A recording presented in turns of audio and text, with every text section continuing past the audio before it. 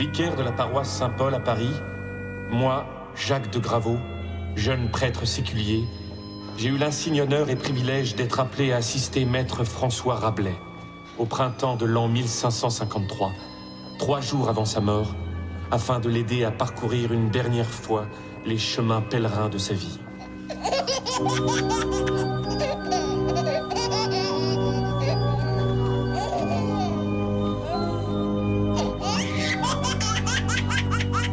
Le premier jour, il me conta ses origines, sa naissance, sa jeunesse et sa vie de moine vagabond. Adieu à ces jours d'ignorance et de polérie. Ses études et frasques d'étudiant à la faculté de médecine de Montpellier, où il obtint le diplôme de bachelier qui l'autorisait à exercer la pratique médicale hors de la cité hérotaise et de ses faubourgs.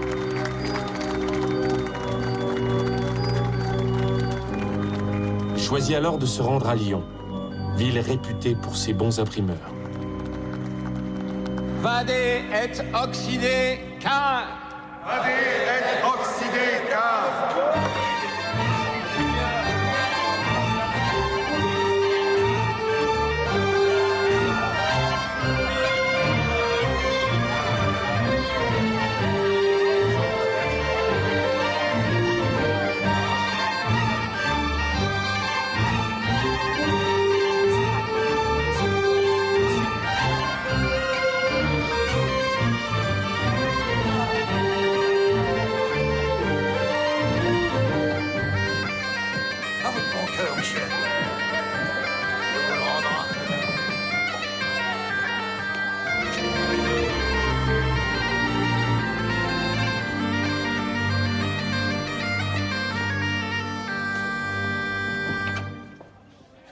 Bonjour, monsieur l'abbé. Bonjour, Amandine. Alors, comment va notre malade? Oui, il me semble. Il se bat pied à pied contre la Camarde avant qu'elle ne l'attrape. Je devine ce que vous pensez. Ne me dites pas que c'est le mieux de la mort. Vous retournez à vos ouailles. Je ne dis rien, Amandine. Il n'est mal qui puisse guérir.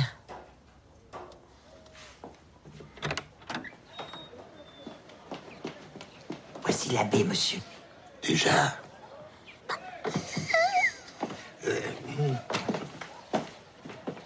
Bonjour, maître. Ce matin, à la messe, j'ai prié pour vous. Ah, merci, merci, merci. Et Dieu m'a entendu, je vous trouve bonne mine.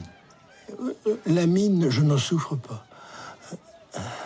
Pourquoi vous donnez tant de mal, l'abbé? Pourquoi mentir? Je sens bien qu'elle arrive, à petits pas, sans faire de bruit, mais elle arrive. Et là où elle est parvenue, il n'y a plus d'espoir. Et le cher Hippocrate ne connaît aucune drogue qui puisse lui barrer la route. Andine, où en étions-nous? Il y avait tant de choses cette nuit. Tant d'hommes et de femmes.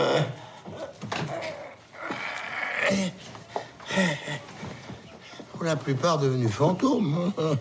Vous étiez en route pour Lyon, monsieur. Lyon. Oui. L'an 1532. L'été de la grande sécheresse. Comme le jour de ma naissance. Et comme je l'ai écrit en mon Pantagruel, bêtes et gens souffraient des tortures d'une soif caniculaire. J'étais grande pitié de les voir tirer la langue comme lévriers qui ont couru 6 heures durant. Et que l'eau coule dans nos mares avant qu'il soit trop tard. Il n'était arbre sur terre qui eût ni feuilles ni fleurs. Les herbes étaient sans verdure, les rivières taries. Délaissés de leur propre élément, les pauvres poissons vaguaient et criaient sur la terre. Les oiseaux tombaient de l'air par faute de rosée. Faute de soins et d'amour, les vieillards périssaient, abandonnés de tous. Ce qui est chose difficile à croire. J'ai soif. Faut se tenir joyeux et boire frais. Ma sœur, faites un arrosage perpétuel de tous ces nerveux et secs boyaux. J'ai soif. Bois, je te prie, comme une terre privée d'eau. Ma terre, ma pauvre terre. En quel état? Je ne suis plus là pour l'inonder. Les pauvres vignes, que deviennent-elles? Bois, bois. Par le sang Dieu, tu seras bientôt sur pied pour t'en occuper.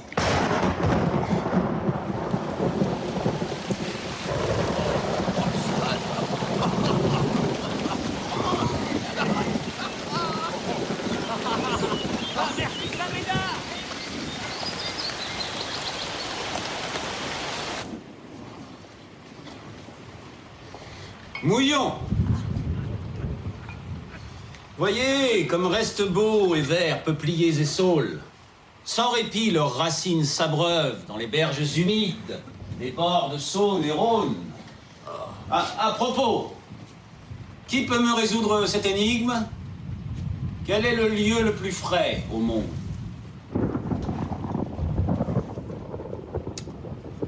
Puisque ne le savez, je vais vous le dire. Le con d'une pucelle. Primo, pour ce que l'eau décourt tout au long. Secondo, pour ce que c'est un lieu ombrageux, obscur et ténébreux. Et tiercement, pour ce qu'il est éventé des vents de trous de bise, de chemise et de braguette. Ainsi disait mon père.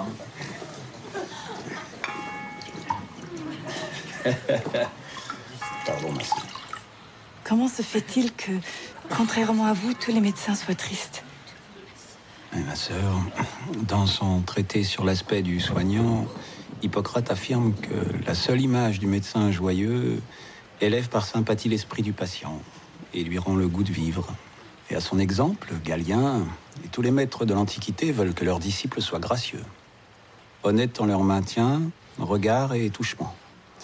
Qu'ils aient la face nette, les vêtements, les cheveux, la barbe, la bouche, les mains jusqu'au bout des ongles.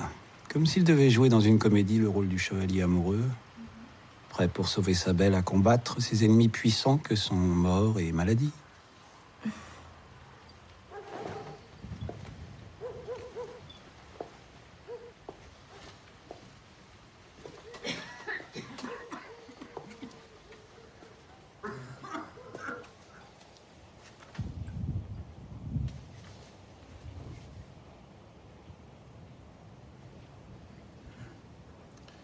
Mourir, dormir, ego te absolvo, in nomine Patri, et Filii, et Spiritus Sancti. Amen.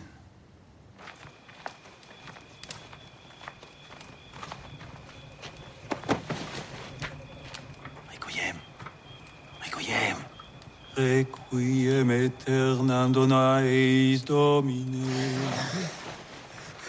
Qui êtes-vous qui me réveillez? Que le diable vous ébouillante! Ah, c'est toi. Que cherches-tu?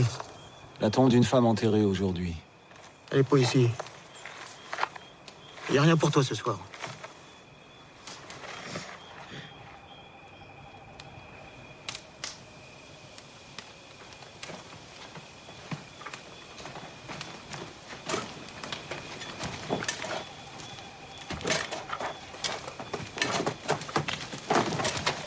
Ouvre tes oreilles. Regarde. Voilà. Ô croque-mort devant l'éternel, de quoi assoupir tes scrupules et boire bon vin du Lyonnais. Cette morte n'a pas de prix. C'est la femme du grand, gros et gras syndic des drapiers de la ville. Il m'a promis 3 beaux Carolus si je garde sa sépulture, comme le chien qui resta sur la tombe de son maître sans bouger, jusqu'à crever.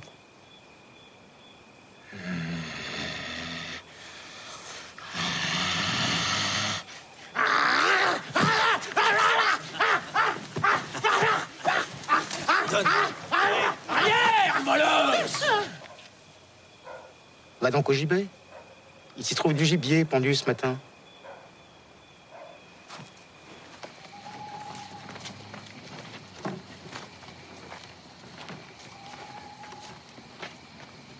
Frères humains qui après nous vivez, n'ayez le cœur contre nous endurci, car si pitié de nous avez, Dieu en aura plutôt de vous.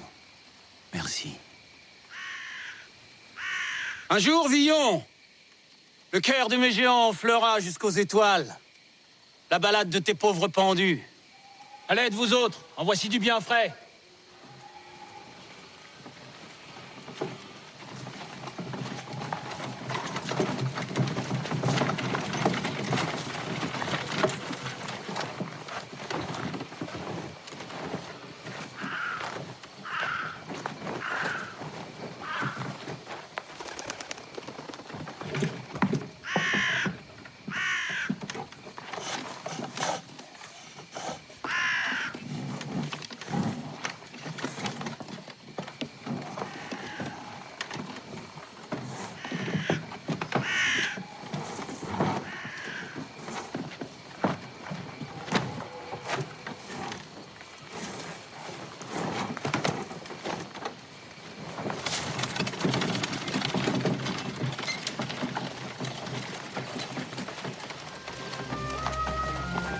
Que cherchais-tu, Baptiste? La main de gloire, la mandragore?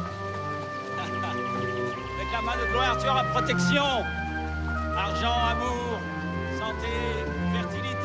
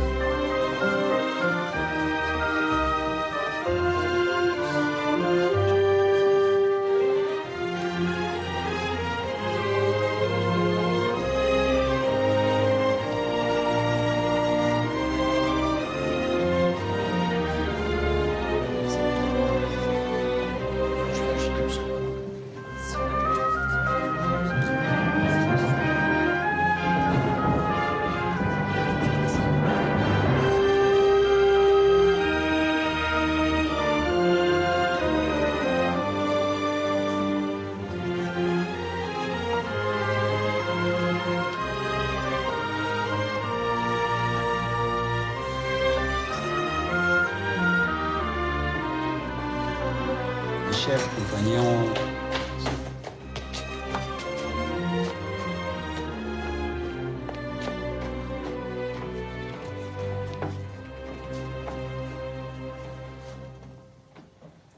mes chers compagnons, ce transi vous remercie. Inutile en sa vie, mort, il sert la science. Étranglé par le nœud fatal, je pendais misérablement à la potence. Et me voici l'objet des regards d'une vaste assemblée. Je vais être disséqué par le plus savant des médecins. Il va faire admirer dans la machine de mon corps l'ordre incomparable, la sublime beauté de la structure du corps humain, chef-d'œuvre du Créateur. Qui es-tu, toi, qui, comme un sorcier nécromancien, fait parler les morts par ta bouche? Étienne Delay, poète, imprimeur, écrivain, dont les pouvoirs, hélas, ne vont pas jusqu'à faire revenir les âmes dans les corps, comme on le lit dans Homère, Virgile, Apulée, et dans les récits des pitoyables et incrédibles miracles des grands saints de la légende dorée. Viens ça plus près. Nous ne serons pas trop de deux pour explorer à l'aventure ce nouveau monde.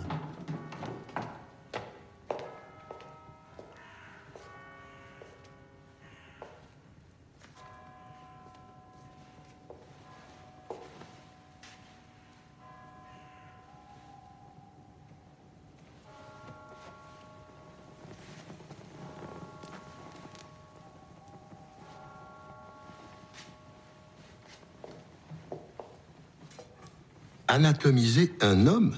Combien pour l'avoir fait furent excommuniés?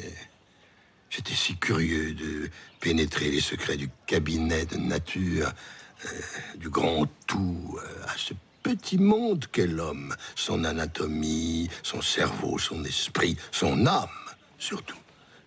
Savez-vous, l'abbé, que notre Marguerite, sœur du roi François, voulait à toute force voir une âme? Une nuit que se mourait une de ses filles de chambre, elle ne bougea d'auprès d'elle, la regardant si fixement au visage que jamais elle n'en détourna les yeux.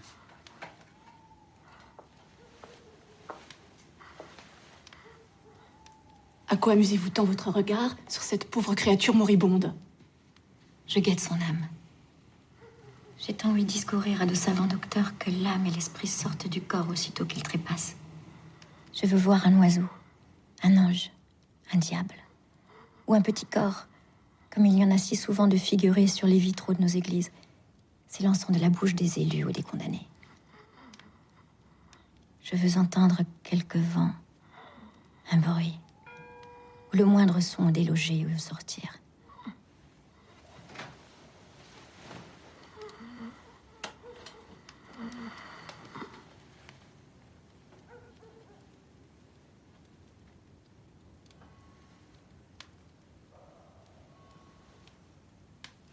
C'est fini.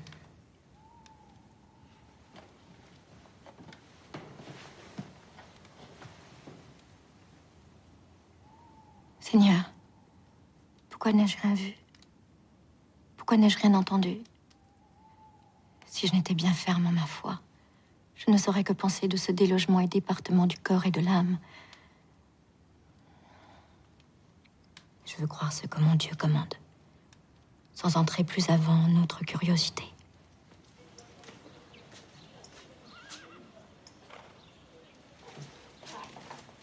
Maître, l'âme ne sort-elle pas par le nez qui éternue? La bouche qui râle, comme le maintient l'Église? Ou une autre ouverture. Il n'est nul endroit du corps où les folles philosophes, théologiens et médecins ne lui assignent demeure et porte de sortie. Ne dit-on pas que les hommes meurent en pétant, les femmes en vaissant? Ainsi nous sort l'âme, par le cul. Monsieur... Messieurs, je ne vous amuserai pas avec tout ce qu'Aristote, Averroès et Galien ont dit de l'âme. Platon affirme qu'elle est triple. Timia, la naturelle, se trouve dans les boyaux, sous le diaphragme. Épithémia, la sensitive, entre le diaphragme et la gorge. Et Psyché, l'intellective, dans la tête.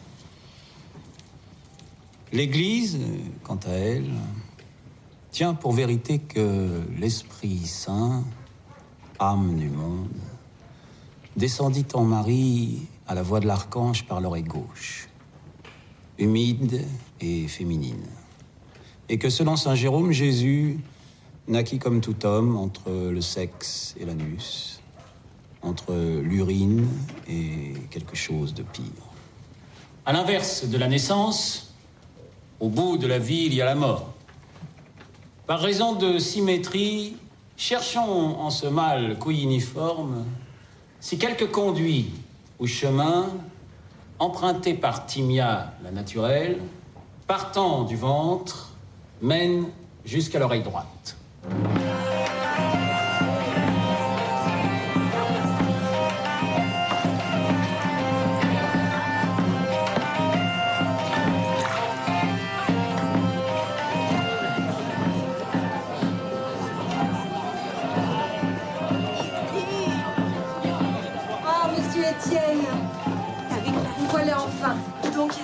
Pour arriver si tard. Je viens d'assister à la plus belle, à la plus divertissante des farces données ce soir à notre bonne ville de Lyon. La farce du médecin, du pendu et de son âme. Et cet ami que tu vois en était le facteur, l'acteur et le farceur. J'ai l'honneur de te présenter, ainsi qu'à l'assemblée de coquins qui fréquentent ton illustre taverne, Maître François Rabelais, médecin engagé à l'hôpital de l'Hôtel-Dieu. Esprit subtil et farcesque. Bref, le meilleur compagnon du monde. Venez, messire. Cette table d'honneur réservée au roi François sera vôtre, mais au diable les mani-mania. Qu'un autre François l'occupe, le temps qui lui plaira.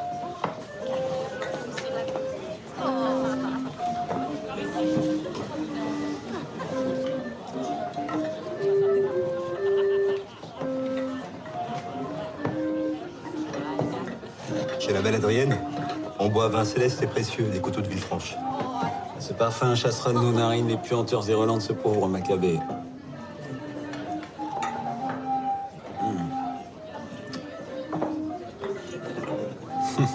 Il n'est pas homme que j'ai pu désirer rencontrer plus que vous.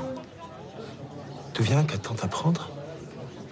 Vous n'êtes pas mélancolique? Cher Delay, l'homme libre et bien né est naturellement poussé à faire des choses vertueuses et agréables.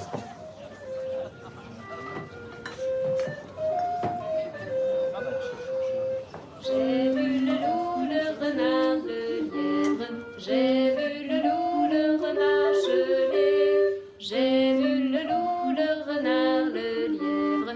C'est moi-même qui les ai herbeuillés. J'ai vu le loup, le renard et le lièvre.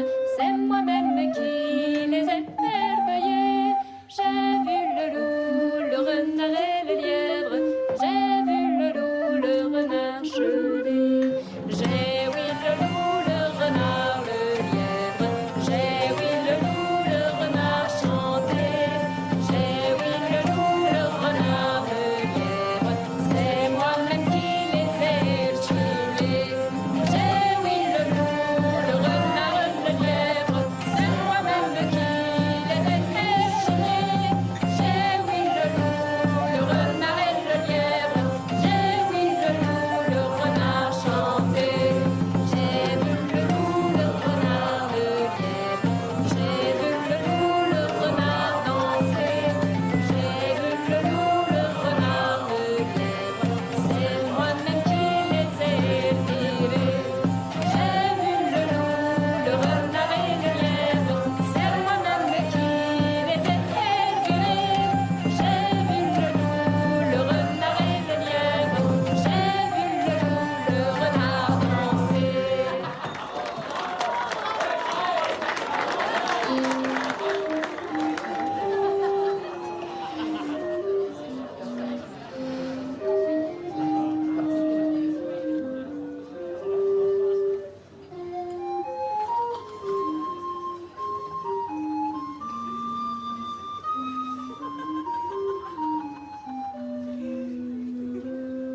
Pour connaître vos pensées.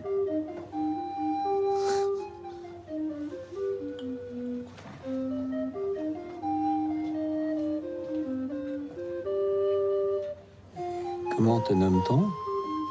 Princesse d'amour. Comme la chanson.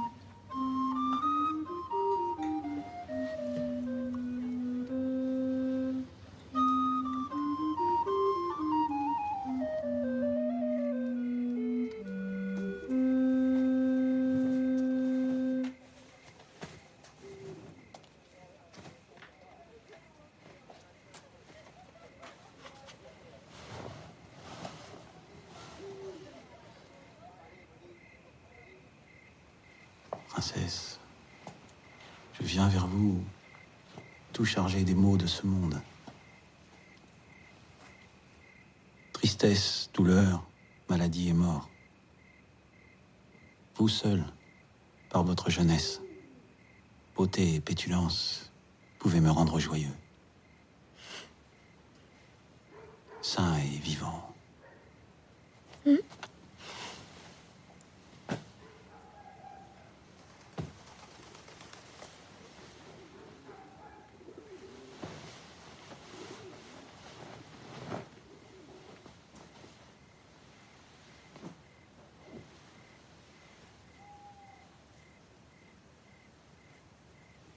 Que faites-vous? Je veux vous enseigner quelques rudiments de votre anatomie. Je crois bien me connaître et n'ai pas présentement la tête à bien apprendre. Si vous m'en croyez, la leçon sera délicieuse et plaisante. Ici se trouve l'astragale, dont on joue aux osselets. Là, le tendon d'Achille, par où mourut cet illustre guerrier.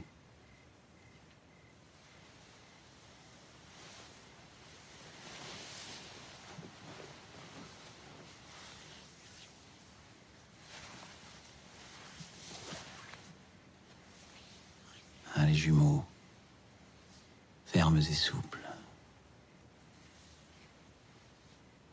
Le creux poplité, tendre et doux. Les genoux, qu'en suppliant, on embrasse chez les dieux, les rois et les princesses.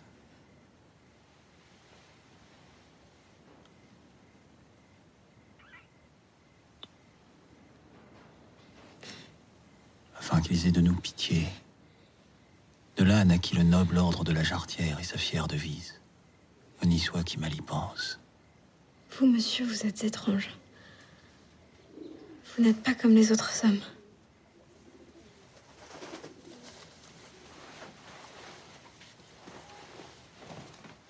Le Crural. C'est là que naquit Bacchus, de la cuisse de Jupiter. L'aine que lèche le chien de Saint-Roch. L'aile iliaque, qu'on appelle vulgairement poignée d'amour.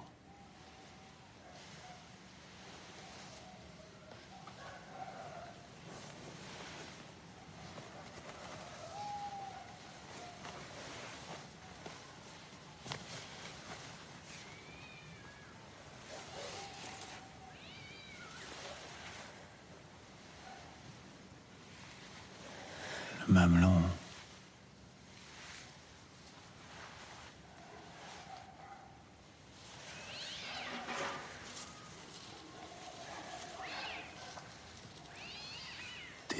Tétan, tétasse.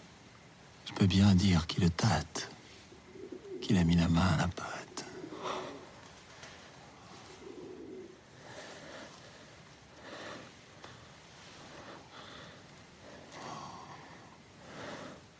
Je sens battre sous mon doigt le sang dans la carotide. D'où vient, princesse, que ton cœur bat si vite?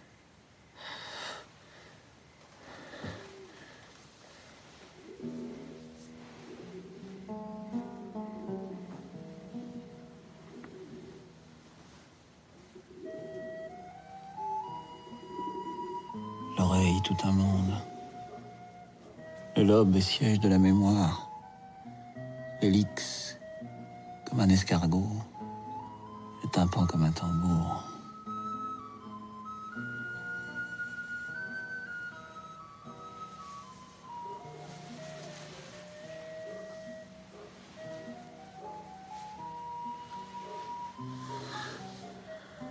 Le nombril, centre du monde.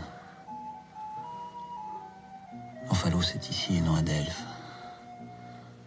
Certains moines grecs qui le fixent voient jaillir la lumière du Tabor. Descendre plus bas, je n'ose. Non pas que je sois honteux d'aller jusqu'à la source. L'antre des nymphes. Le port fendu d'Aphrodite que garde l'aiguillon de Vénus. La lumière. La lumière.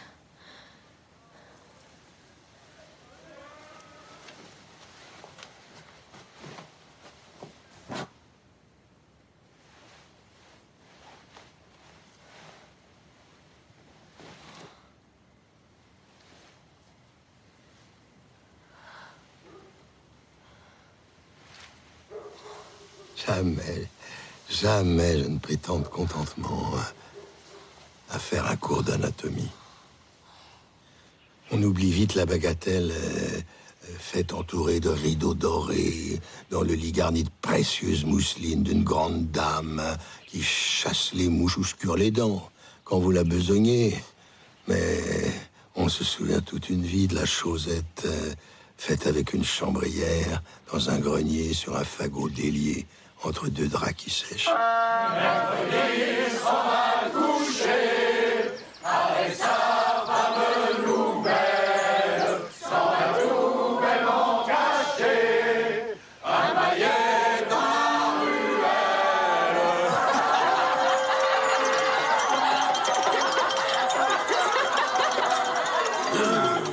Oh, mon doux ami, quel maillet vous vois-je empoigné? Bah, c'est pour mieux vous cogner. Maillet, ni faux nul. Quand Grosjean vient me besogner, il ne me cogne que du cul. Au lendemain, elle me suivit dans une farce de joyeux imprimeur où Dolay m'avait convié avec une idée en tête.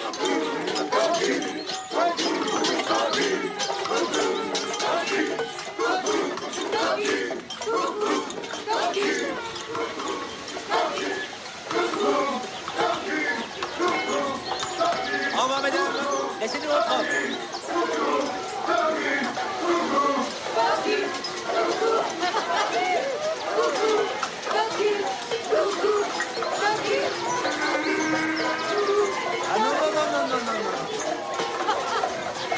envoyer ça au poulailler.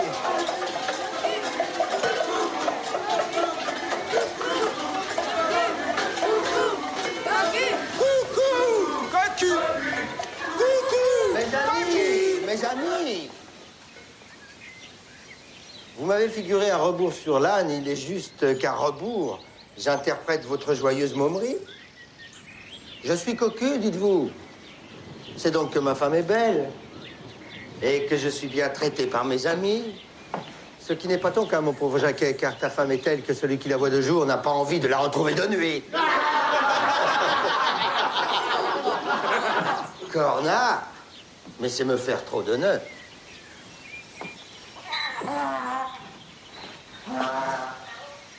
Et je sais bien que ma femme ne laisse pas poser en son nid d'autres œufs que les miens. Voilà bien imprudemment parlé. Coquuage suit les gens mariés aussi naturellement que l'ombre suit le corps. Après avoir bu, chacun retourne vite se mettre à son travail.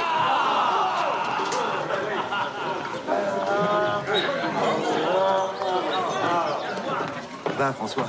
C'est le moment de te présenter.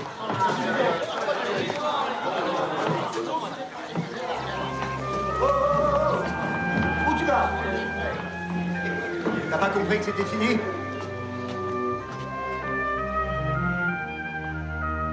Pauvre princesse. Princesse d'amour. En me laissant explorer son corps, elle m'avait donné son cœur. Et ne reçut en partage que la gratitude d'un auteur ambitieux au cœur mouvant qui tourne au moindre vent.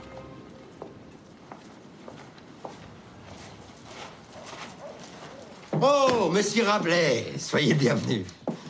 Notre ami Delay et la renommée ont déjà trompetté vos mérites à mes oreilles. Cher maître, vos impressions sont tant élégantes et correctes que ce serait pour moi gloire et honneur d'avoir mes écrits par vous imprimés. Et pour moi, intérêt et profit de les voir sur mes presses. Mes œuvres sont bien petites en vérité.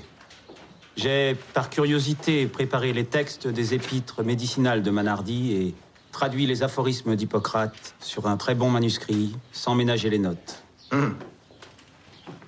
Depuis longtemps, j'avais moi-même l'intention de faire connaître les médecins antiques. Mais nul mieux que vous ne pouvez le faire. À moi seul n'appartient cet honneur. J'ai modestement voulu ouvrir les yeux à ceux qui les ferment par crainte de voir les progrès des arts et des sciences, qui restent plongés dans les ténèbres des temps gothiques et ne peuvent ou ne veulent lever leur regard vers la face brillante du soleil. Merci, mamie. On vous dit travailleur infatigable. Le bruit court à Bellecour que dès qu'elle est sortie de l'hôpital, votre tête se raiderait dans les étoiles. J'ai mis ma plume au vent. Elle m'a rapporté un almanach très divertissant pour l'an 1533 et une pentagruéline pronostication. Madame, en aimeriez-vous quelques morceaux? Oh oui, avec grand plaisir. Des maladies de cette année. Les aveugles ne verront que très peu. Les sourds entendront assez mal et les muets ne parleront guère.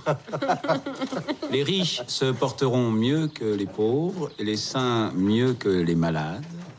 Vieillesse sera incurable cette année à cause des années passées.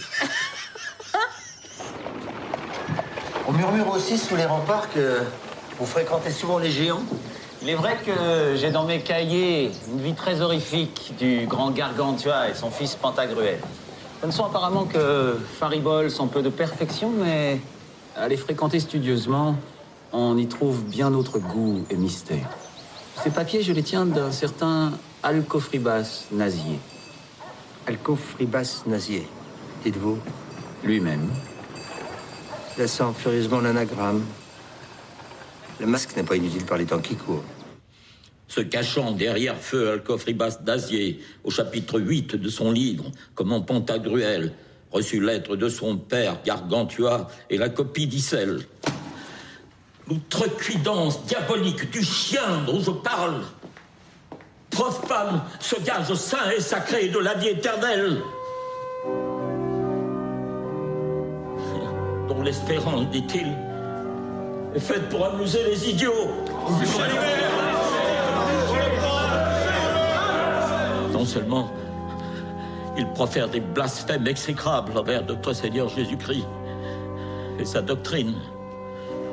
Mais il juge quant à son âme qu'elle ne diffère en rien de celle des chiens ou des pourceaux.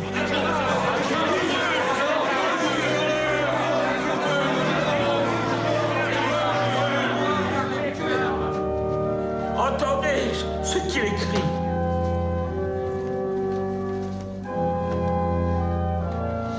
Très cher fils, je rends grâce à Dieu, mon conservateur, de ce qu'il m'a donné de voir ma vieillesse chenue refleurir en ta jeunesse. Quand, par son plaisir, mon âme laissera cette habitation humaine, j'estimerai ne pas totalement mourir, mais passer d'un lieu en un autre, attendu qu'en toi et par toi, je demeurerai vivant. Par ce moyen de propagation séminale, demeure chez les enfants ce qui était perdu chez les parents, dans les petits-enfants ce qui dépérissait chez les enfants, et successivement jusqu'à l'heure du jugement final. J'ai été père 3 fois. L'êtes-vous, l'abbé? Non. Est-ce mal pour un moine d'avoir donné la vie à 3 enfants naturels, nés d'une mère qui m'aimait, pauvre prêcheur pécheur? Dieu, qu'elle était belle. Je vous salue, madame, si pleine de grâce. Votre très humble serviteur. Que puis-je pour vous, noble dame? Mon père, je suis veuve, et voici qu'approche la date du décès de feu mon mari, qui n'eut pas la chance de vous connaître et d'être soigné par vous. Peut-être vivrait-il encore. J'aimerais offrir une messe anniversaire à sa mémoire. Quand souhaitez-vous célébrer ce service? Le meilleur jour serait... Tout de suite.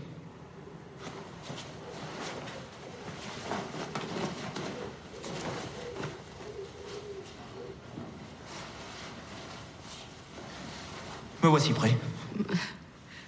Nous attendrons 3 jours, si vous le voulez bien. 3 jours? Grand Dieu, une éternité. Nous serons la Saint-Martin, au propre jour qu'il trépassa.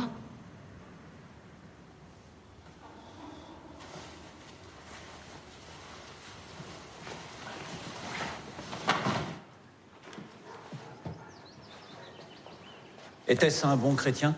Ah oui, Comment s'appelait-il? Vincent. Bienheureux Vincent, qui sut vous vaincre et eut la chance d'être aimé de vous.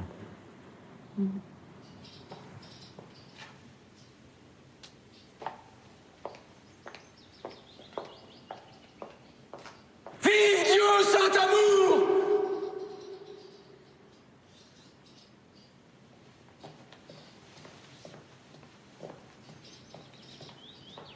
Heureux sera l'homme qui aura la grâce de serrer cette femme contre lui, de la cajoler, la testonner, la mignoter.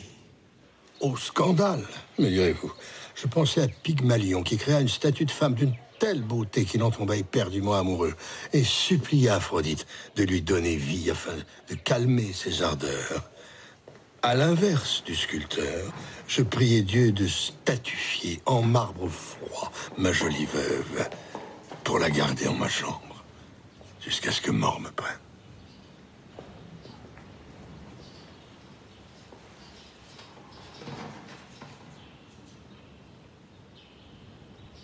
Voilà 2 jours que je suis hanté par le même songe. Une femme, jeune, galante, belle en toute perfection, me traite mignonnement comme un petit dorlot. Elle me flatte, me chatouille, me tâtonne, m'accole. Cette femme, pour mon plus grand bonheur, c'est vous. Monsieur, j'ignorais être depuis 2 nuits en votre chambre. Je me croyais tranquille en la mienne. Et je ne suis ni fée ni sorcière pour ainsi venir troubler votre repos. Madame, Sachez que je vous aime.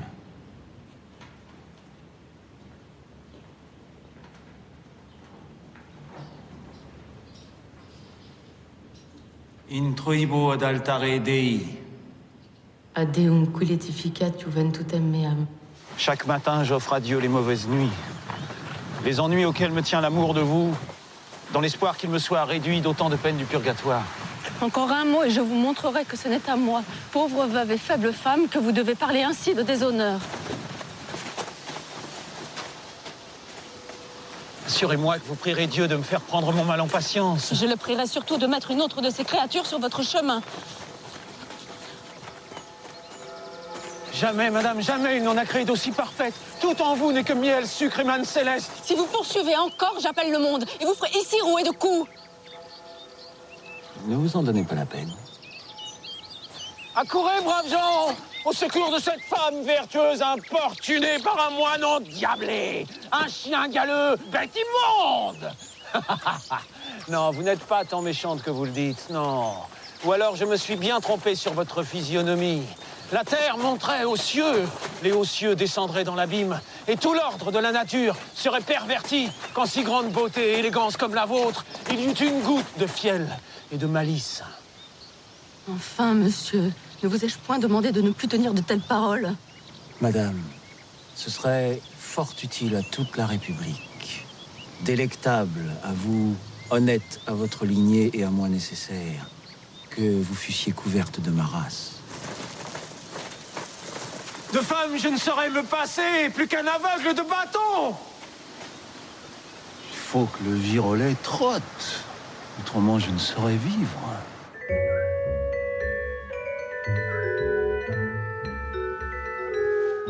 Dit-on jamais femme belle qui aussi ne fut rebelle? En général, on dit cela des beautés vulgaires, mais la sienne était sublime, si céleste, si singulière.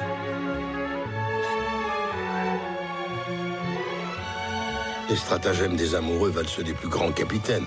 À force de patience et de ruse, j'emportai la place. La belle finit par céder. Elle m'offrit les clés du fort qu'on dit imprenable de l'honneur féminin.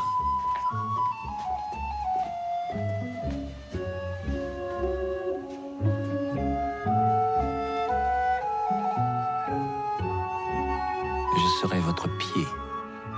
Moi, votre chaussure. Je suis votre oison. Je serai votre cage. Je serai manche. Et moi, votre collier.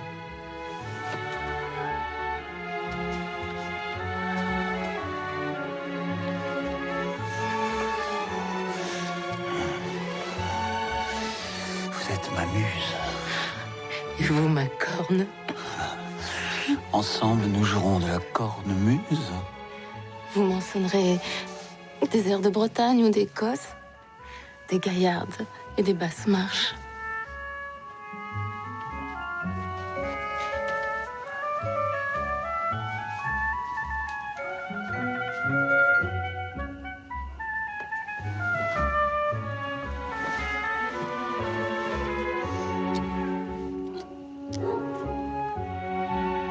Combien de fois me le ferez-vous? Une, Seriez-vous malade? 2, Ce serait l'affaire d'un mari. 3, Autant font les amoureux. 4. Ce serait digne d'un moine. Je suis fiévreux. Je suis amoureux. 1 + 3 font 4. Or, je suis moine aussi. 4 et 4 font 8. Quand on 7, vous rajouterez la 8e au réveil. Peut-être. Je semai en terre fertile. 9 mois plus tard, Dieu voulut que je connaisse les tourments de tous les futurs pères. Avant même son premier souffle, je m'inquiétais déjà pour le petit être que j'avais forgé si passionnément. Messire, je vous en prie. Il faut nous laisser. Gardez-vous.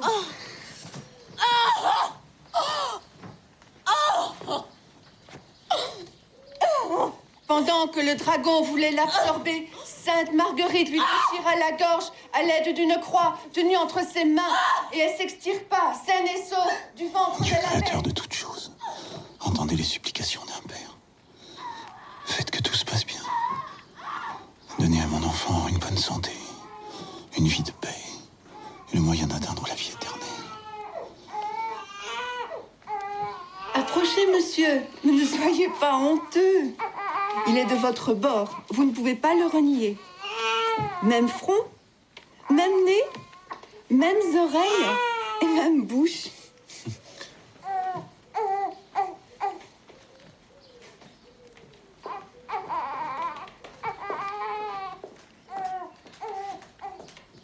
Je ne garderai nul souvenir des douleurs de l'enfantement, tant ma joie est grande de vous avoir donné un fils. Mamie, si courageuse qu'une brebis. Théodule, adorateur de Dieu, je te baptise. In nomine Patri, et Filii, et Spiritus Sancti. Amen.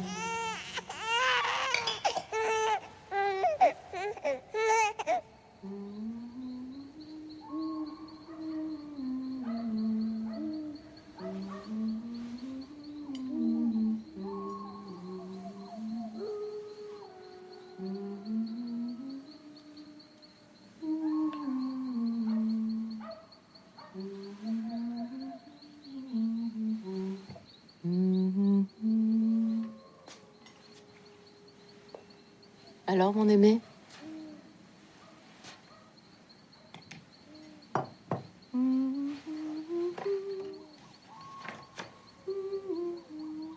Je trouve en la 7e maison tout malin signe favorisant larmes et tristesse. Que Dieu ne vous entende pas, mon ami. Et c'est également mon vœu le plus cher.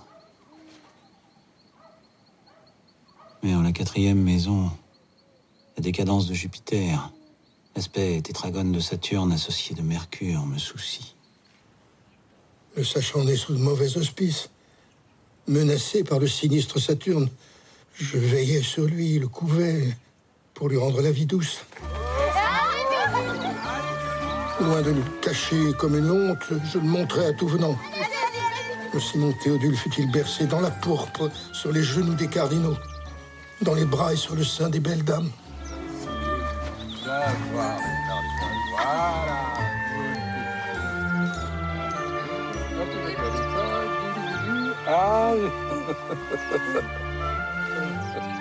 Monseigneur, j'aimerais tant avoir moi aussi un enfantelé. Hélas, madame, que n'ai-je comme maître Rabelais la fibre paternelle, hein? Qu'importe, Monseigneur. Je me le ferai forger par un jeune père. Il n'en manque pas dans vos couvents. Viens, Théodule. On va faire la photo. T'es prêt? Attention, c'est parti. Allez, attrape-moi. Allez, Théodule. Allez,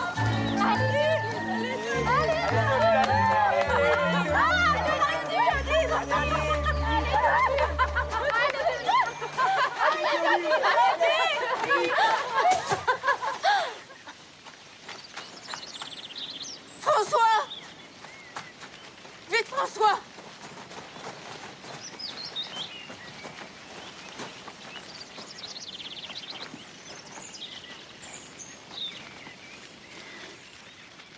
Théodule. J'ai mal à la tête.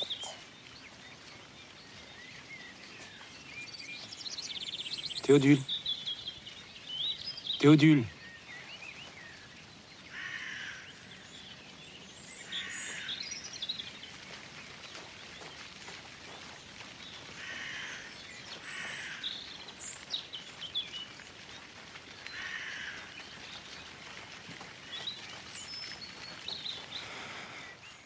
Hélas, je ne pus tirer la chair de ma chair des griffes de la mort malivole. Je ne suis ni le prophète Élie qui ressuscita le fils de la veuve, ni son disciple Élisée. Je ne suis qu'un fils d'Adam, né de la poussière, et mon humble humanité ne saurait faire miracle. À quoi m'avait servi tant de veilles avec Galien et Hippocrate? Soigner, sauver tant d'êtres qui m'étaient moins proches. Mon Dieu, que t'ai-je fait pour ainsi me punir? Rien, ma tendrette. C'est ma faute. Ma faute. L'appelant Théodule, j'en ai fait l'adorateur et l'esclave de Dieu, qui trop tôt a repris ce que je lui avais offert.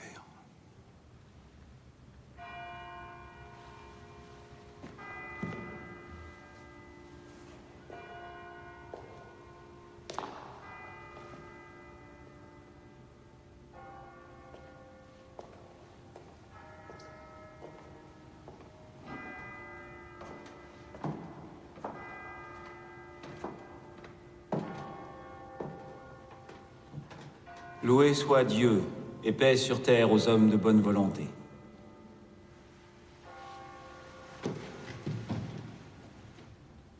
Mes frères, la Sainte Bible nous enseigne que le Seigneur frappa de maladie l'enfant que le roi David eut avec Bethsabée, femme d'Uri.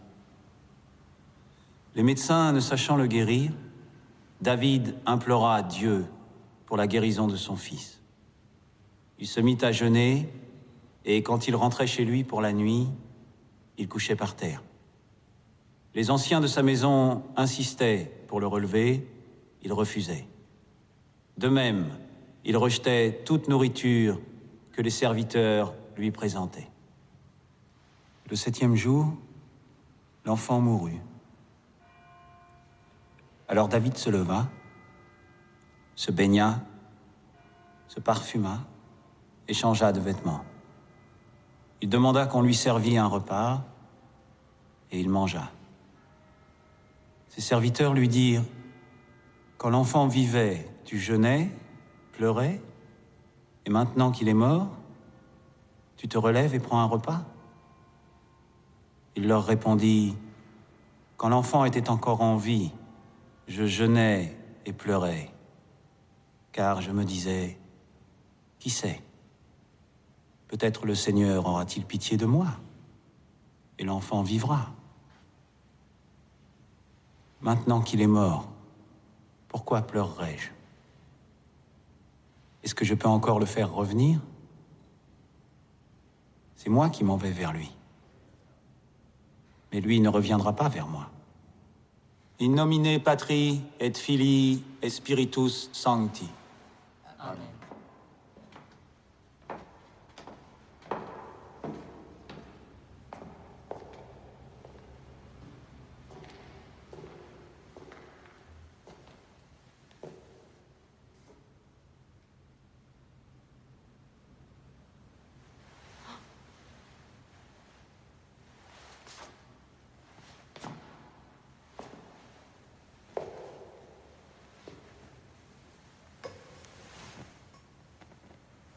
Mon Dieu, faudra-t-il qu'il ne reste de moi en ce monde que mes livres, quelques hardes et pauvres biens? Cette image de mon corps que tu fais disparaître. Je voulais tant y imprimer un peu de mon âme et de mon savoir, et les transmettre ainsi à travers les siècles, par générations successives.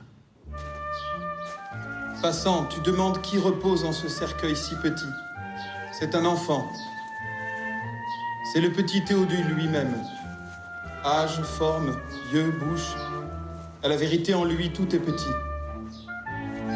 Mais qu'il est grand par son père. Si le destin l'avait fait vivre, ce petit Théodule aurait tenu de lui tous les âmes qu'il convient de laisser.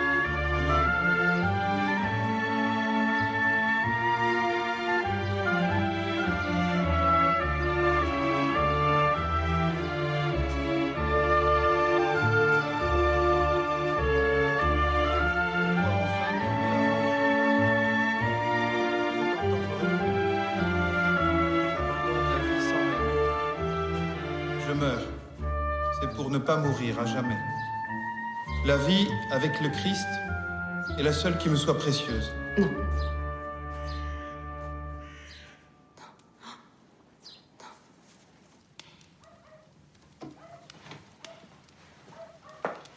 Ne pleurez plus, mamie. Mamie si douce. Les Écritures disent encore que David consola Bethsabée et qu'elle enfanta du plus grand, du plus pacifique des monarques, à qui il donna le beau nom de Salomon. Celui-là même qui bâtit le temple.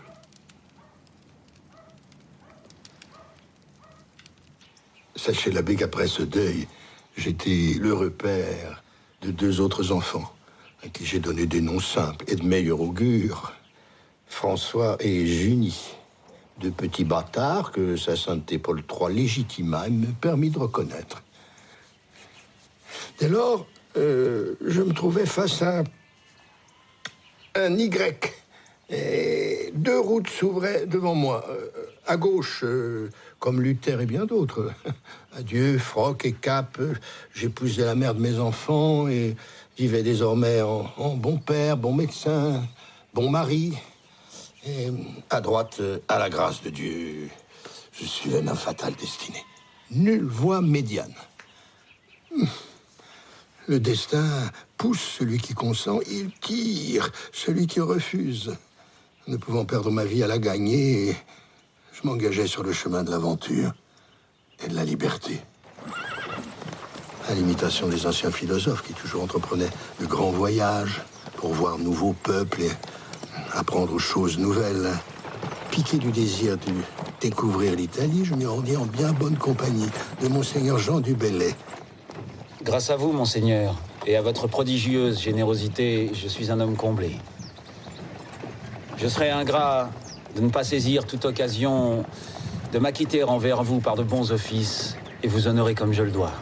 Cher maître, sans Aristote et tant d'autres chroniqueurs, la mémoire d'Alexandre serait perdue. Si par vos soins, je garde bonne santé et si l'histoire retient quelque chose de mes faits et gestes, c'est à vous que je le devrai. C'est donc moi qui vous dois reconnaissance.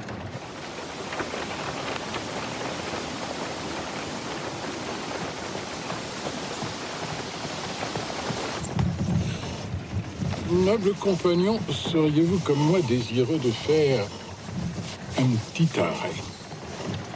Avec grand plaisir, car selon un dicton appris à Montpellier, la médecine doit toujours faire honneur à Urine.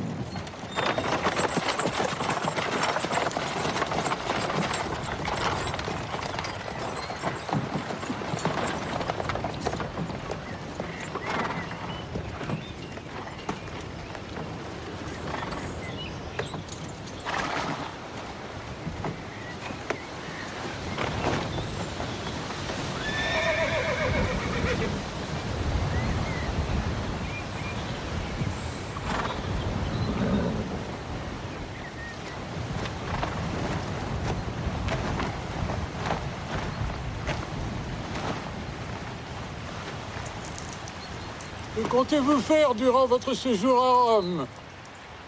Rencontrer des savants de grande notoriété, discuter familièrement avec eux et consulter sur quelques délicates interrogations qui me tourmentent depuis longtemps. Seigneur, lesquelles? Des questions de philosophie, géomancie, cabale, botanique, philologie, la liste est longue. Je me propose même d'apprendre l'arabe auprès de l'évêque de Karamite afin de lire le Coran en sa langue. Le Coran? Quelle idée singulière! Non, monseigneur. Comme l'Ancien Testament, le Coran fait souvent allusion au prophète Élie, notamment au chapitre 18 dit de la caverne. Élie, celui-là même qui patronne l'alchimie et qui est le modèle et le moule de mon Pantagruel.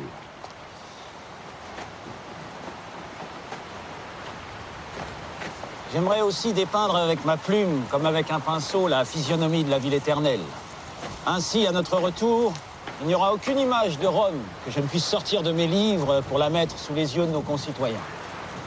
Et je voudrais enfin observer certain nombre d'animaux que la France ne connaît pas.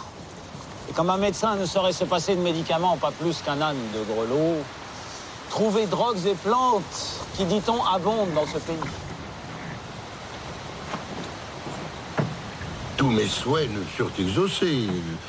Tous mes rêves comblés, les animaux, grands et petits. Là-bas, il n'en est aucun que nous connaissons ici.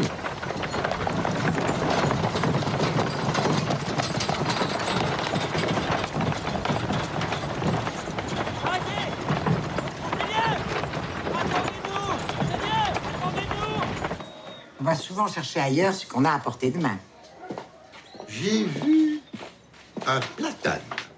Un platane? Oui, oui, oui. Un arbre à larges feuilles et tronc lisse. Cela ne valait donc pas la peine de faire un aussi long voyage pour un seul arbre? Ah, si, Amandine. En Italie, il y a tant d'autres choses à découvrir. Oh, primavera, gioventù dell'anno, primavera, madre di fiori, e d'herbes nouvelles et di novelli amori. Ah, je dois vous abandonner. Ah. Bonsoir, maître. Oui, bah bonsoir, l'abbé.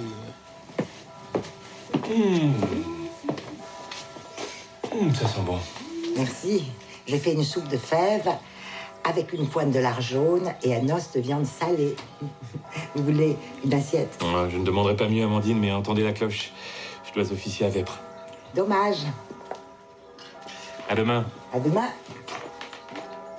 No, tu ben lasso ritorni, ma senza I cari giorni dell'esperanza mia.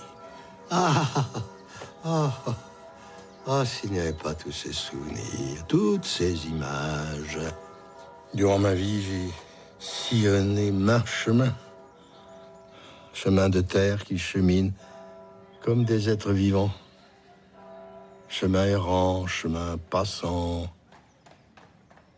Chemin croisant, chemin traversant. Comme tu le sais, Amandine, il n'en est aucun qui ne mène à Rome. Visiter l'Italie. Voir Rome est une chance, pourvu qu'on ne soit ni aveugle ni cul-de-jatte. Grâce à Dieu, la nature et mes parents, qui me forgèrent solide, je ne souffre d'aucune infirmité. Sors-moi du lit. Nous allons voyager ensemble. Tu vas voir comme elle est belle, la ville éternelle. Ces palais sont ornés de morceaux antiques, de marbre, bronze, jaspes et porphyres. Les grands seigneurs en font maître dans leurs cours, leurs jardins, sur les perrons et aux entrées de leurs villas. Quel bonheur de s'abîmer dans la contemplation des vestiges d'un si grand passé. Les pierres y parlent. Ce sont pierres vives.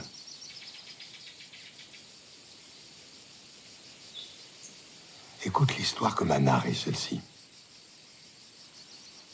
En l'an 260 de la fondation de Rome, il y avait une dame nommée Vérone, muette et sourde de naissance. Mais où allez-vous chercher tout ça? Dans les livres. Vous n'inventez pas. Mais pourquoi veux-tu? L'histoire antique est si riche en beaux contes.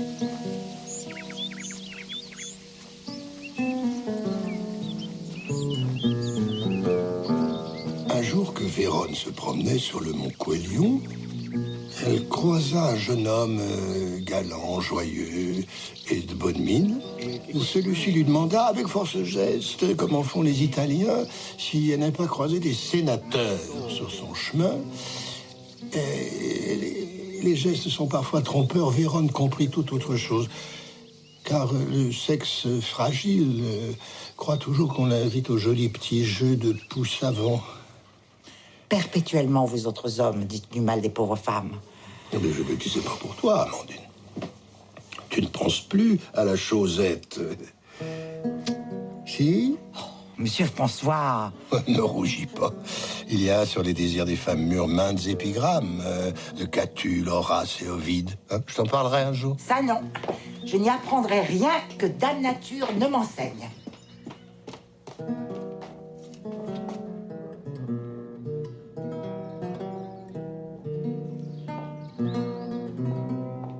Je ne poursuis pas. Si, vous en mourrez d'envie. Toi aussi, avoue-le. Dame Vérone, par signes qui en amour sont incomparablement plus efficaces et valables que paroles, fit comprendre au jeune homme que le jeu lui agrée.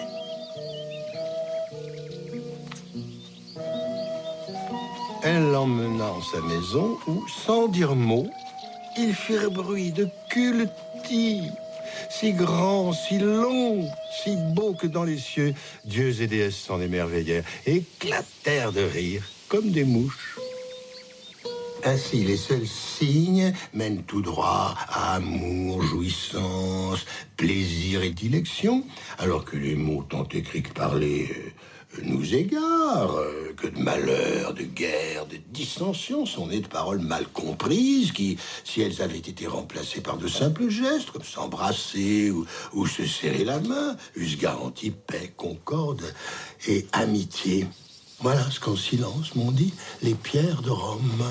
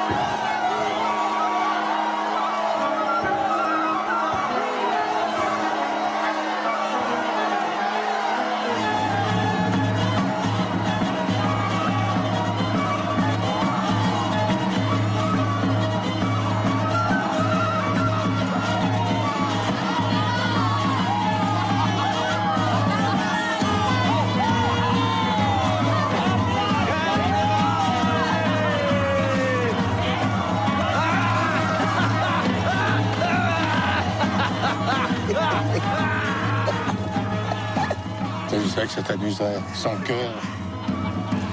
Vous pouvez dire que je n'ai pas de cervelle. Jamais je ne vous le reprocherai. Mais sans cœur, ça je vous l'interdis. C'est trop injuste.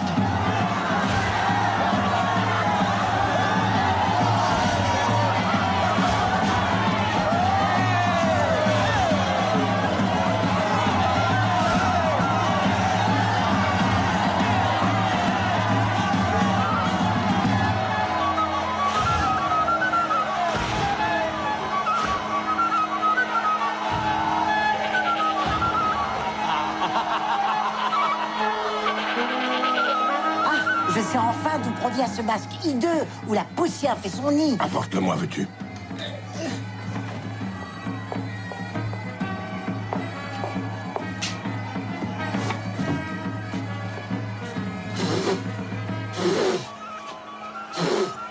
Oh. Hideux, dis-tu?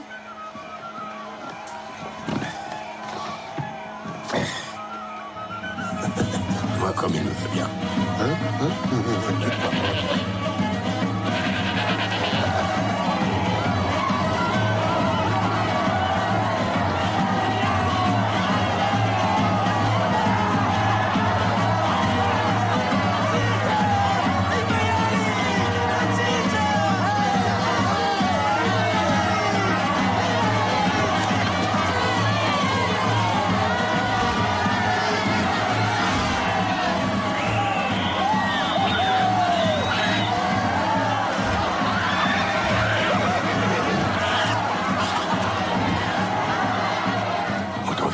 Dans ces jeux du testaccio, les cavaliers devaient capturer au galop de leur monture de vrais cochons, de vrais taureaux, et les abattre à coups de glaive.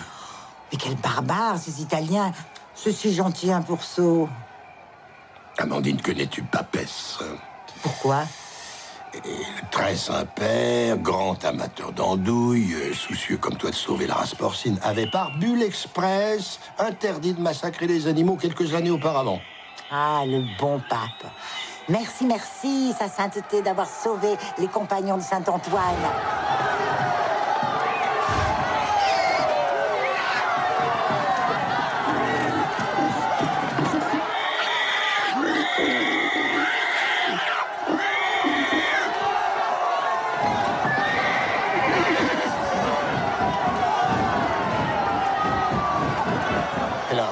avait plus pitié des pourceaux que des hommes. L'Église ne souffre pas que son saint carême soit souillé par le sang des condamnés. Aussi pressait-elle encore le bras séculier de s'abattre sur les criminels avant le mercredi décembre.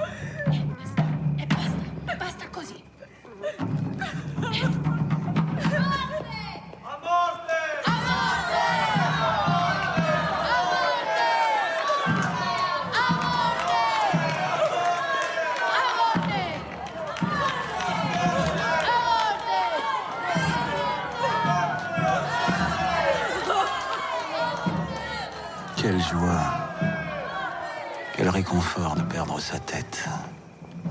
Quand tout autour de soi, on danse, on chante, aime et ripaille. Sangue! Sangue! Sangue! Sangue! Sangue! Sangue!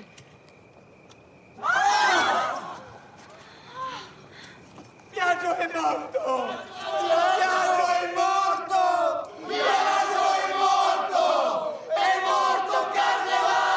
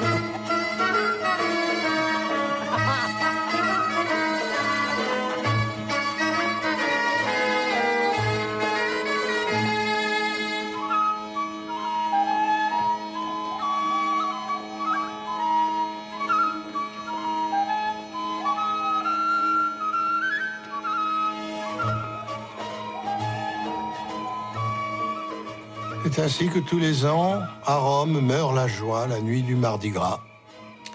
Il n'est si belle fête qu'il naît sa fin. Ah, si belle fête, et si belle vie qui naît sa fin. Triste ou sereine, c'est selon. Que les hommes diffèrent en leur façon de mourir.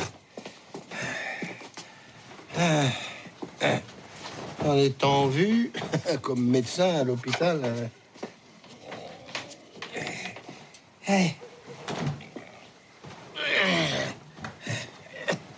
Tant découvert dans les livres, toutes diverses et plus étranges les unes que les autres. Celle de ce citoyen romain, mort subitement d'avoir retenu son vent et s'être empêché de péter un méchant coup devant l'empereur Claude. Le prêteur Fabius, suffoqué d'un poil de chèvre en buvant une écuellée de lait. Échille, tué par la chute d'une caquerolle de tortue tombée sur sa tête d'entre les serres d'un aigle volant haut dans l'air et lui fendant la cervelle. La mort. Hein, la vilaine ou belle mort.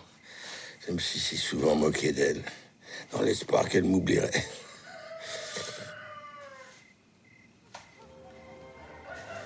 Amandine, entends le coq chanter.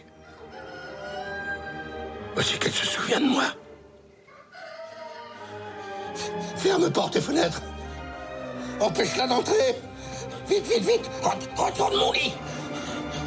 Allume le cierge de la chandeleur. Prie Saint-Christophe et Sainte-Barbe. Asperge mon drap d'eau bénite. Chasse-la. Chasse-la.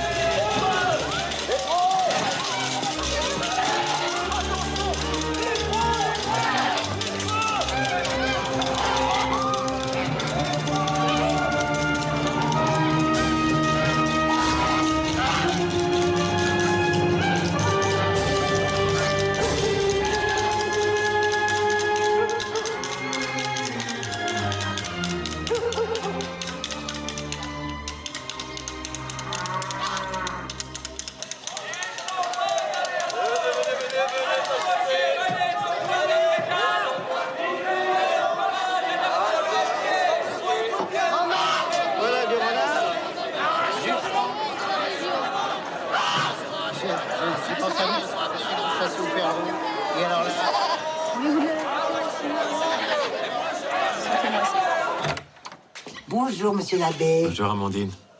Mais que se passe-t-il? Nous avons voyagé la nuit. Voyager? Connaissez-vous l'Italie? Non. Quel dommage, c'est si beau. Vous devriez y aller, c'est une chance à portée de tout le monde. Pourvu qu'on ne soit ni aveugle, ni cul de jatte, comme le dit monsieur François. Mais si, ce sont ses propres paroles. Et s'il le dit, c'est que c'est vrai, car toujours plaisante et jamais ne ment.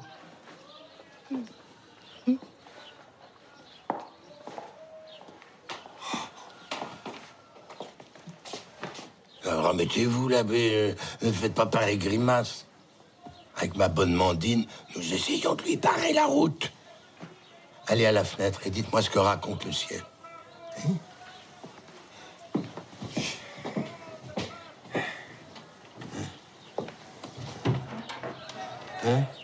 Qui voyez-vous? Que devrais-je y voir? Les cieux sont toujours joyeux quand ils s'apprêtent à accueillir de nouvelles âmes. Des comètes, ils font feu de joie.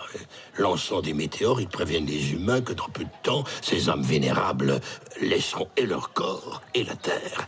C'est ce que nous vîmes à Rome. Plusieurs jours avant le départ de celle tant illustre, généreuse et héroïque du docte et preux chevalier de Langeais.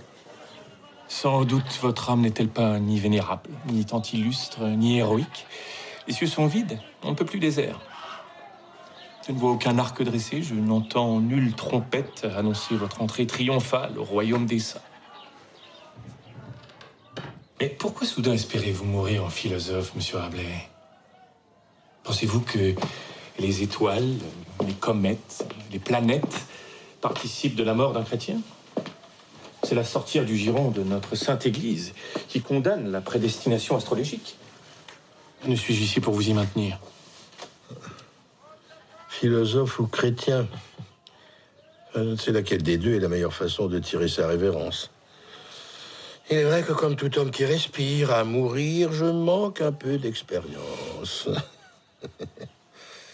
Toutefois, certains signes, le prudent médecin que je suis, vous pronostiquent que depuis cette aube, je suis entré en décours de mort. Et je vous prie de ne pas me contredire comme le fait cette bonne Amandine chaque fois que je lui parle de ma fin prochaine.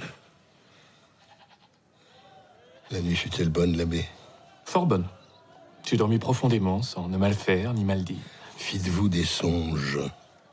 Ma foi, Lorsque les enfants, allaités, repus et nettoyés, sommeil, inutile, près du berceau, leurs nourrices s'ébattent en liberté. De même, pendant que nous dormons, notre âme s'évade pour voir sa patrie qui est le ciel. Ce sont nos rêves. Vous-même, n'avez-vous pas voyagé cette nuit? Ah, la pie bavarde n'a pas su tenir sa langue. Elle m'a dit son bonheur et le vôtre de vous être retrouvé dans Rome, d'avoir évoqué son histoire. Sa beauté, ses richesses, ses lumières. Oh, Rome, beauté, lumière, certes, mais c'est aussi là que règne le pape. Un oiseau unique en son espèce, au blanc plumage et triple aigrette, que j'ai en mes livres appelé Pape-Gou. Ce dieu sur terre, dont un seul battement de cils fait trembler les pauvres humains, fussent-ils roi ou empereur. Les enfants font bulles de savon fragiles et légères. Le pape Go envoie des bulles qui ruinent et dévastent. Villages, villes, contrées, provinces, royaumes. Monsieur, quelqu'un qui dit du mal du pape ne saurait faire une bonne mort. Je ne parle du pape qu'en vérité, l'abbé. Je l'ai vu, de mes yeux vus.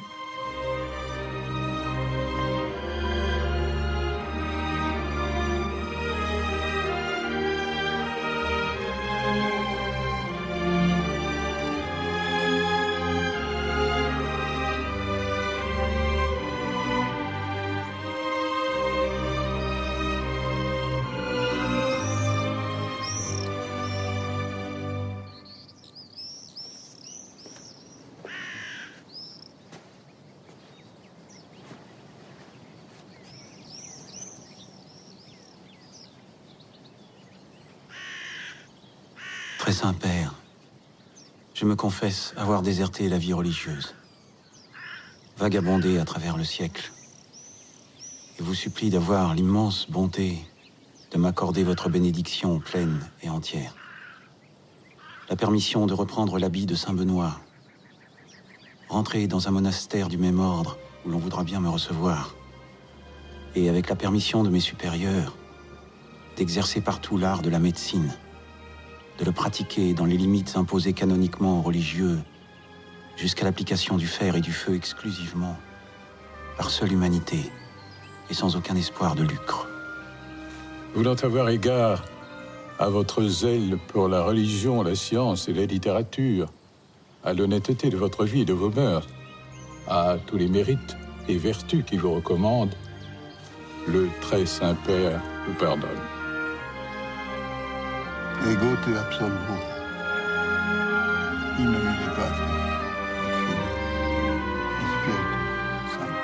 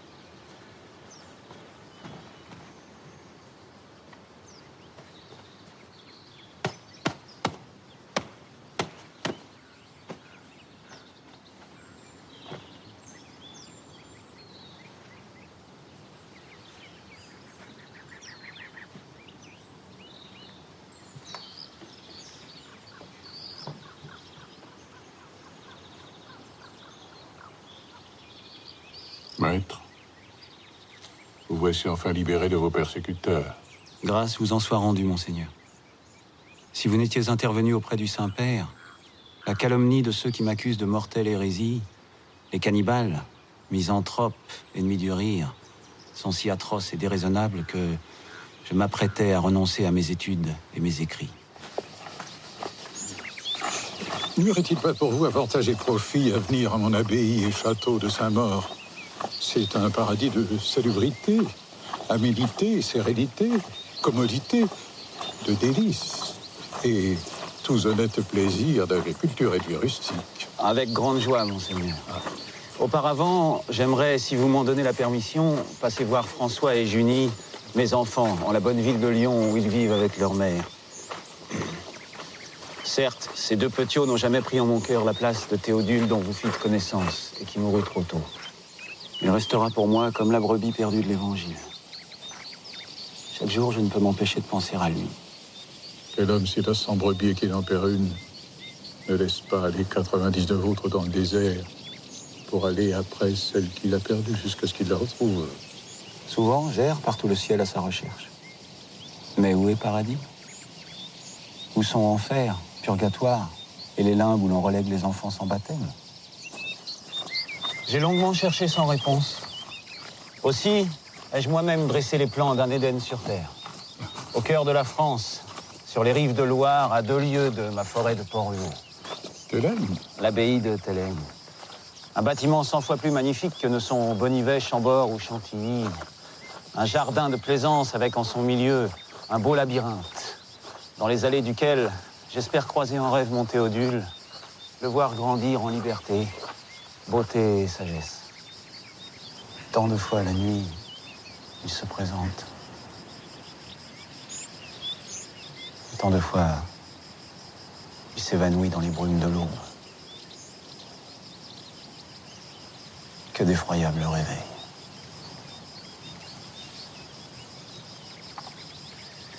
Combien sont vains nos rêves?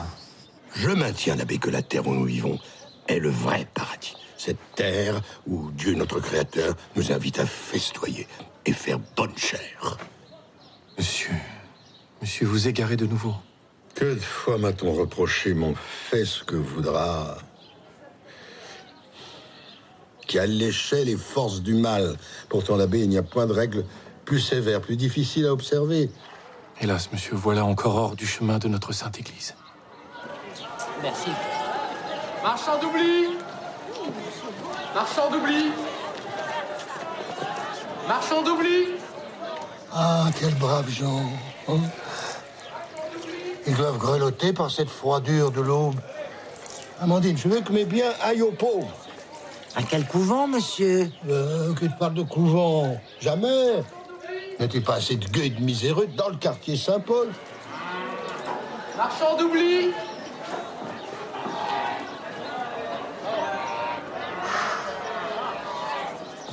Amandine, tiens.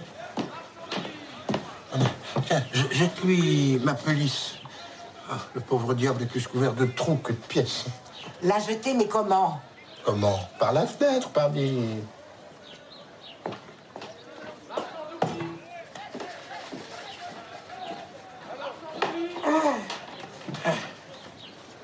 Je n'ai guère de mérite à me débarrasser de ce que je possède, l'abbé. J'ai attendu mes dernières heures pour épouser pauvreté, afin de me présenter devant celui qui m'a fait aussi nu que je suis venu. Marchand d'oubli! Voilà pour toi, marchand d'oubli, de la part de mon maître.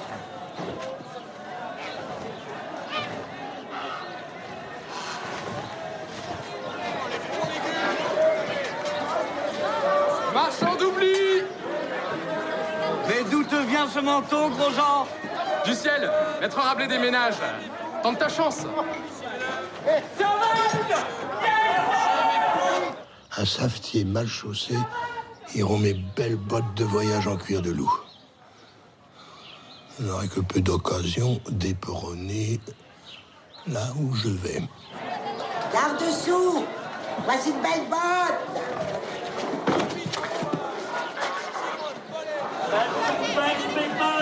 Elles sont belles, mes bottes! Regardez! Regardez mes belles bottes! C'est maître Rabelais qui me les a données! Fini les savates! Fini les savates! Les belles bottes! C'est Rabelais!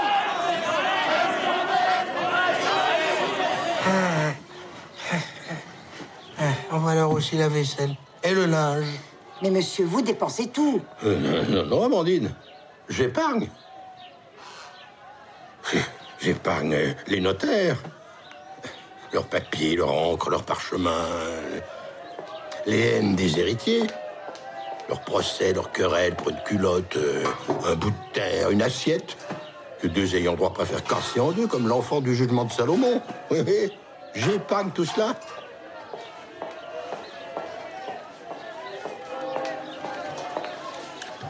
Amandine, pourriez-vous m'en garder un peu? Moi aussi, j'ai mes pauvres.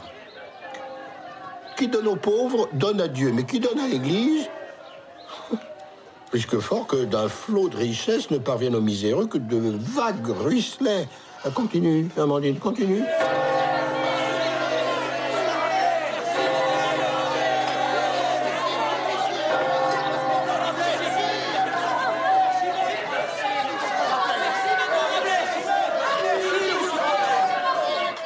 faut que tu cries toi aussi.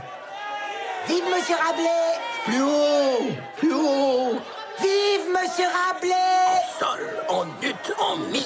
Vive Monsieur Rabelais! Vive Monsieur Rabelais! Vive Monsieur Rabelais!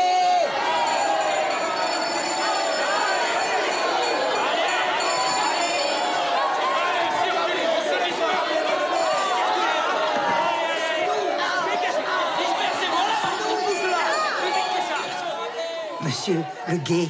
Ces chiens ont les dents longues.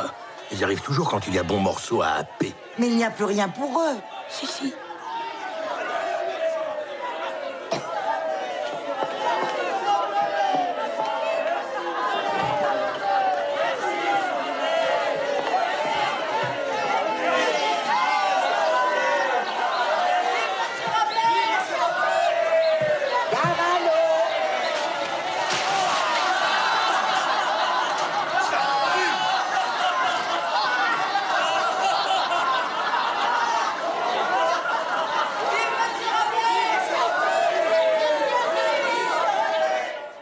Reste enfin ces petits moisis. Joyeux livret que je laisse au monde. Qu'en faire? Ils sont de peu de valeur extérieure, si peu qu'ils risquent bien de servir aux enfants à colorier les gravures et aux parents de torche-cul. Tu offres un ballot et tu iras les porter au couvent des Cordeliers jacobins. Cachés derrière les grands volumes des œuvres complètes de Jérôme, ils traverseront peut-être ainsi les siècles. Et s'ils parviennent silencieux, en des rivages heureux, de son souffle un lecteur curieux en dégèlera les mots.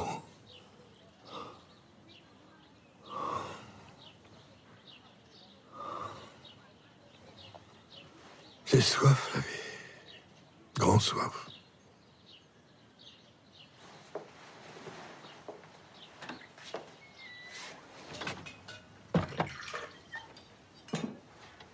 Amandine. Monsieur François a soif. Il parle trop. Non, Amandine. Comme le Christ sur la croix. Je le crains.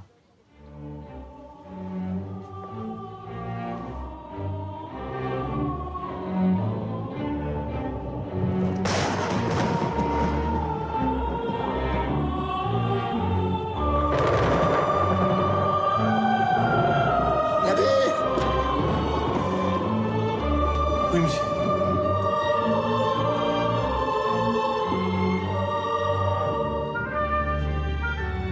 Que fait-on aujourd'hui? La conversion de Saint-Paul. La plus grande fête de la paroisse. On dit que les vents soufflent de ci, de là, pendant 8 jours. Depuis ce matin. Que celui qui dominera dans une semaine à l'Assemblée soufflera toute la nuit. J'ai peur, l'abbé. De quoi, mon fils? Mon âme est comme les bulles de savon des enfants. Quand le temps est calme, elle monte tranquille vers la lumière. Mais lorsque les vents, leurs frères pourtant, les ballottes tourbillonnent, les tournebuts, les trabutent, violemment agitées, elles se tordent et...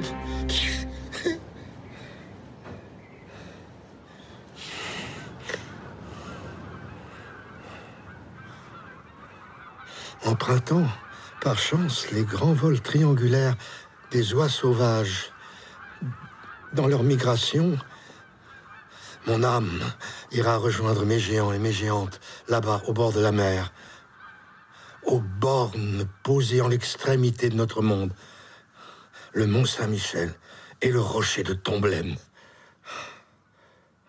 Là sont ensépulturés Grand Gosier et Galmel. Si vous passez par la baie du Mont l'Abbé, prêtez l'oreille à leur rire qui secoue les entrailles de la terre. Je ne suis pas contre l'idée que mon corps soit déposé au cimetière de Saint-Paul. J'y serai en la bonne compagnie de gens de mauvaise réputation. Les juifs convertis, les lépreux, les comédiens et quelques templiers y reposent. Oui, Amandine. Oui, monsieur. Veux-tu connaître ce qu'on dira sur ma tombe? Ah non. Non, monsieur. Ah ben, tu as tort, assurément. Le sachant par avance, tu aurais moins de peine à entendre les chagrins, les jaloux, les malpensants, les soupçonneux déverser leur bile. Et tout autant de plaisir à écouter les rares louanges des plus charitables.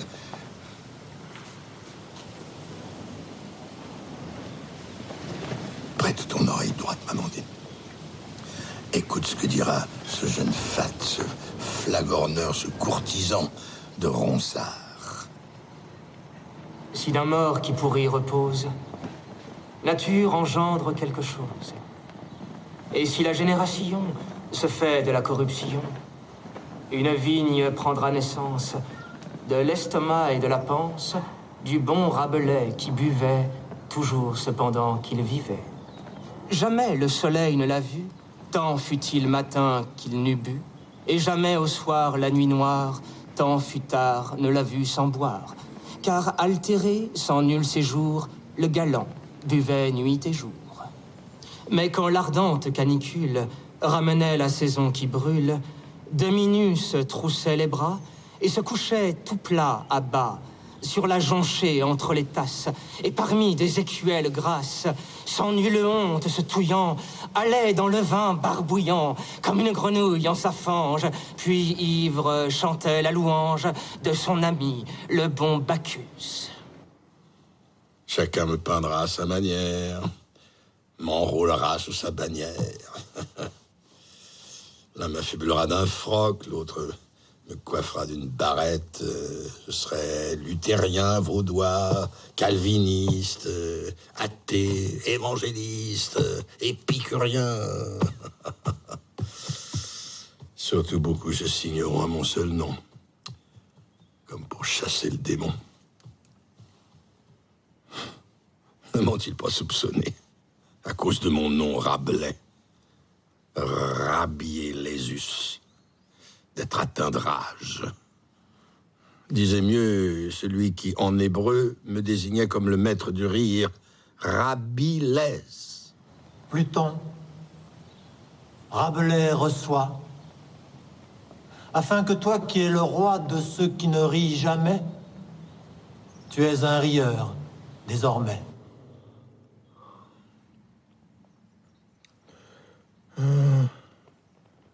Le cierge brûle calmement. Sa flamme monte droit au ciel sans trembler. Bien que le voilà presque parvenu au vert. Voici venu le moment de jouer devant vous la farce qui termine les mystères. Public aimable, public estimable, audience choisie. Je n'ai pas tiré cette sottise du médecin, de la maladie, du curé, du moine et de la mort de ma pauvre cervelle, mais de celle du grand Erasme, dans son apologue du monde comme il va, au chapitre des funérailles. Amandine?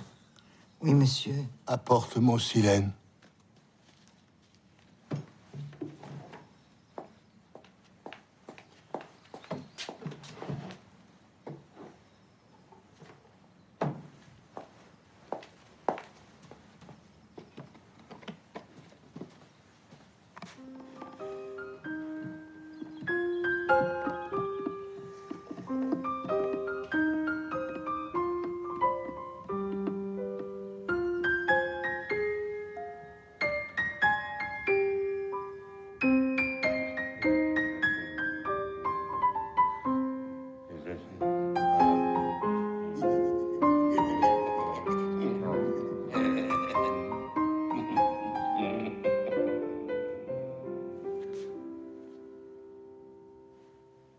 crois qu'il est temps que j'intervienne.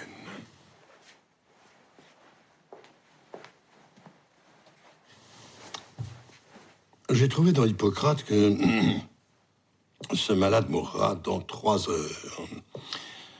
Galien pronostique qu'il vivra encore 10 ans, 5 mois, 3 jours et quelque peu davantage. Pour Avicenne, il est déjà mort. Le prudent médecin que je suis sait qu'il doit se retirer, car ceux dont le métier est de guérir ne doivent pas être spectateurs de la mort. À la mégage, je vous prie. Et voilà. Bon médecin. L'autre m'aurait fait traîner davantage. Vous savez tuer net et avec art. Prenez 100 écus. Et que Dieu vous bénisse.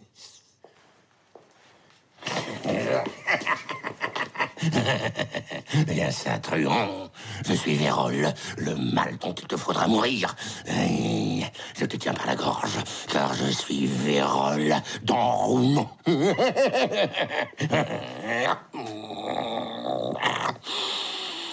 Il convient de te taire. Comment as-tu osé, à 50 ans passés, chevaucher la grosse Margot, qui en avait poivré bien d'autres? Bain, étuve, suie, baume, onguent, ne t'ont servi à rien. Adieu!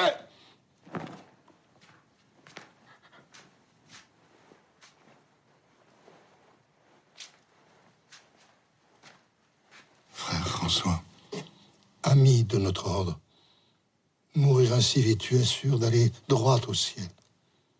Aussi droit qu'un croissant de lune. Confesse-toi.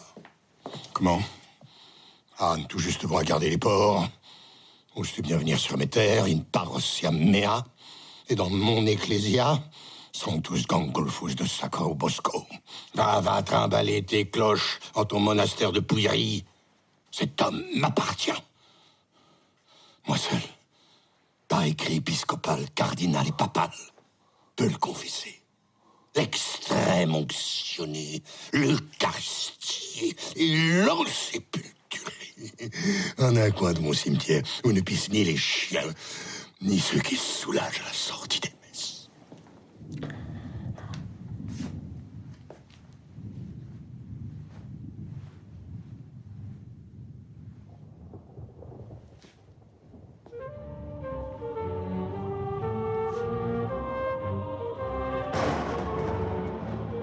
Par le Vidane, Rokusutan, il est temps d'en finir.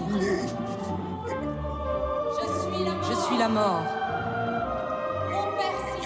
Compère Sissi, foi et vessie. Médecin, dame Vérole, condense la carole. Moine et curé, main dans la main, vous valserez. Jusqu'à demain. Jusqu'à demain.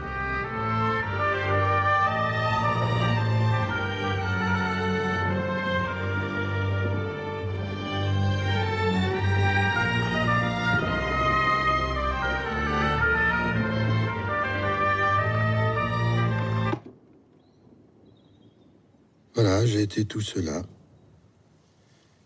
J'ai joué dans ma vie la tragicomédie que Dieu a écrite pour moi. Et dont la Providence m'a distribué quelques rôles.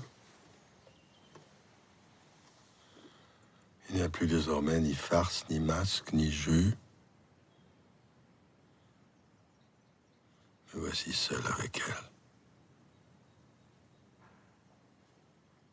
La malmort. Amandine? Oui, François. Tire le rideau. La farce est jouée.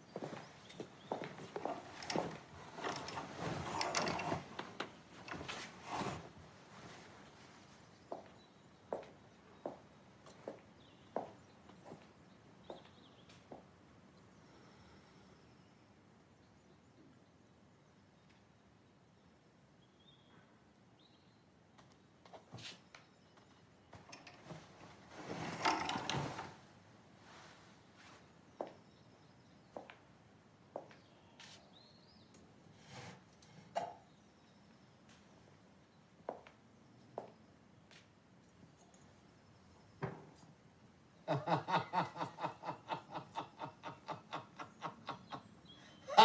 ha